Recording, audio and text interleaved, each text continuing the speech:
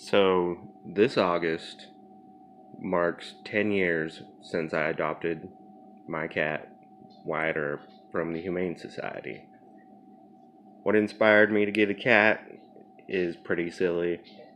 An episode of It's Always Sunny in Philadelphia, two characters go to the junkyard to get a junkyard dog.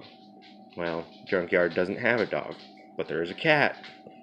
And then one of the characters makes the argument of why cats are better. They're less needy, yada yada yada. Anyways, this set me on a mission to find a badass cat.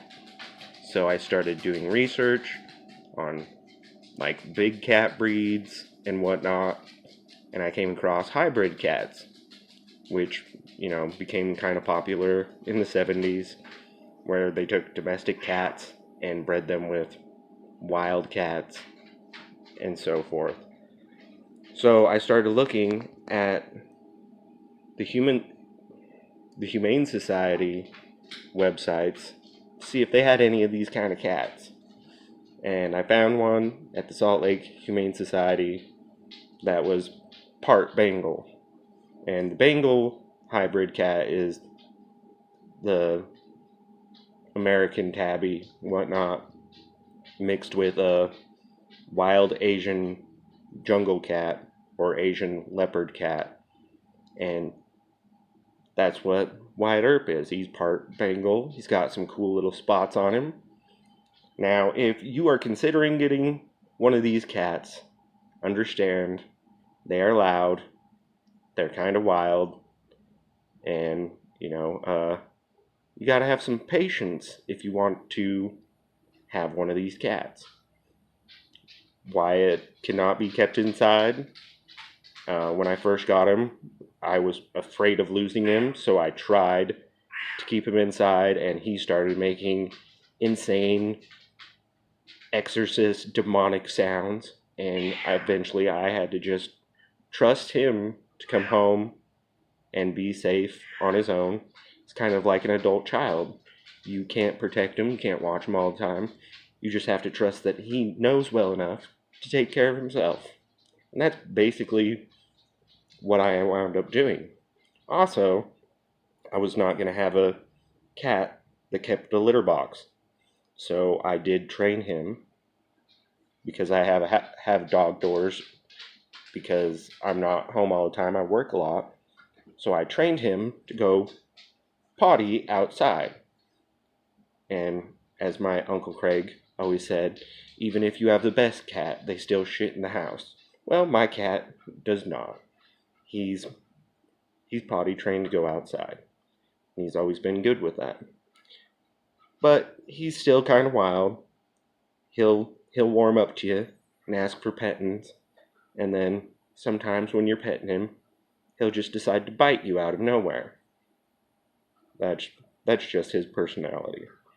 And we've been getting along great for 10 years. He is a bit spoiled. Once upon a time I had a girlfriend that would let him drink from the running water faucet in the kitchen. And ever since she spoiled him in that way, that's pretty much the only way he'll drink water. So every day I have to turn the faucet on and let him drink from the running water. But I have had Wyatt for 10 years now. He's about 2.5 when I got him. So he's somewhere between 12 and 13 years old. Still out in the yard, picking fights with the neighborhood cats. Comes home every now and then with some wounds and scrapes and holes in him, and just doctor him up the best we can, because essentially he's a farm cat. He's here to keep out the mice, and he does a good job. He also likes gophers and taking birds out of the air. He's been a pretty great pet. Or friend, I don't know which.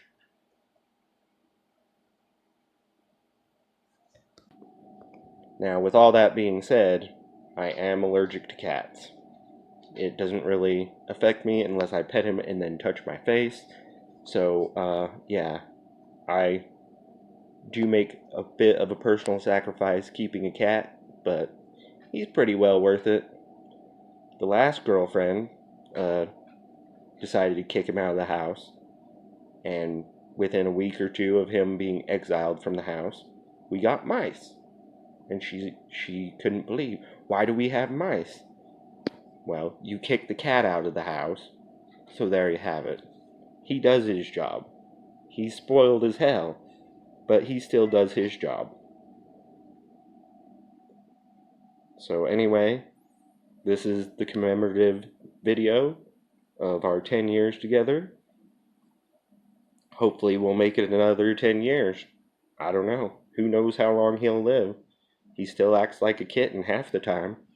He's not slowing down in his old age at all.